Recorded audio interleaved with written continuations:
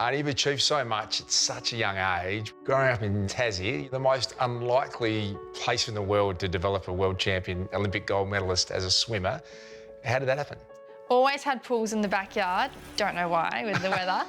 But yeah, just always swimming, and decided just to sign up for a local swimming club when I was 7, and it was pretty much the same time the Beijing Olympics were on, and I saw Stephanie Rice win 3 golds. Oh, wow. And new into swimming, I was like, that's gonna be me. And that's really where it started, and I just loved it like more than anything. And you've come in an era of swimming where you've got extraordinary rivals. You can't mention Arnie without Katie Ledecky, and you've had a great respect for your opponents too. You've never seen them as anything apart from good for you. Is that still the case? Yeah, certainly. I mean, Katie kind of paved the way for women's swimming, and I guess I learnt from how she raced and tried to transition that into my swimming.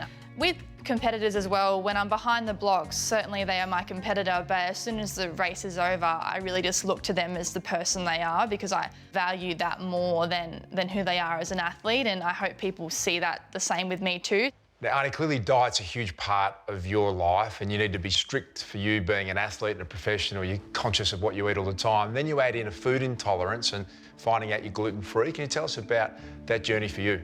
It has been challenging, especially as an athlete. You try to eat quite specific for your training and to fuel as best as you can. The tiniest bit of gluten can cause me to become quite bloated, quite fatigued, which is challenging as an athlete, especially as a swimmer, being in the pool all the time in your togs, and you don't want to, you know, look like that as well. But for me, I think it's just better to avoid it altogether and feel a lot better within myself. Well, living gluten-free for medical reasons is something you and I share in common, Arnie. And most people think, OK, just don't have a pasta or bread, but it's a bit more complex than that, isn't it? There's gluten in sauces or hidden things that you didn't realise that were there. How challenging has that been for you to try and stay healthy and train well?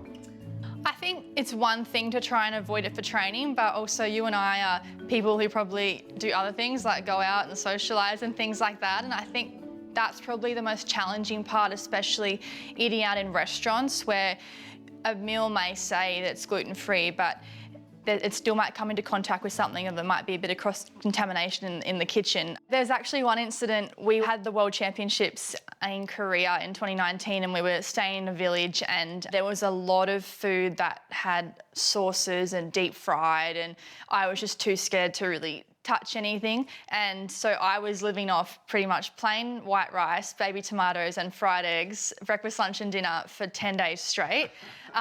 It worked. I mean, I became world champion for the first time, but it's times like that when it can be quite challenging, and you don't want to run the risk of accidentally consuming it, so you just avoid pretty much anything that could contain gluten. Congratulations partnering with GluteGuard to raise awareness for a lot of people that are living with a gluten-free diet, and that stress of going out to restaurants or being away from home and constantly concerned about whether or not you're going to have a really painful and upsetting experience. Tell us about why you're so passionate about it.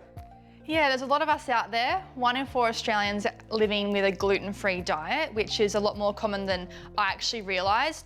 GluteGuard is the only clinically proven product you can get that is shown to protect against the symptoms of accidental gluten ingestion. I think for a lot of people out there that are gluten-free, it means they can live without the stress of the symptoms of gluten and go out with their friends, go on holidays, go travelling, in my case, train the best that I can without the worry of gluten interfering with my life. It's a great message to pass on to people. I know you're incredibly goal-focused and driven, and World Championships are coming up. Is there ever a moment where you think, this is getting hard, or do you still love it?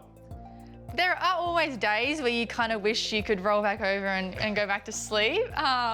But no, still love it. I still have the passion for it, and people have actually asked me, like, you've achieved everything on paper that you would have ever wanted to achieve in your sport. Like, why are you still swimming? Well, I just feel within myself that I have more to give. I come from a town of 90,000 people down in Tassie, and now I'm here living this incredible life and swimming on the world stage. So I think it's just cool to see kids grow up with a dream and know that they can actually do that too if they work for it.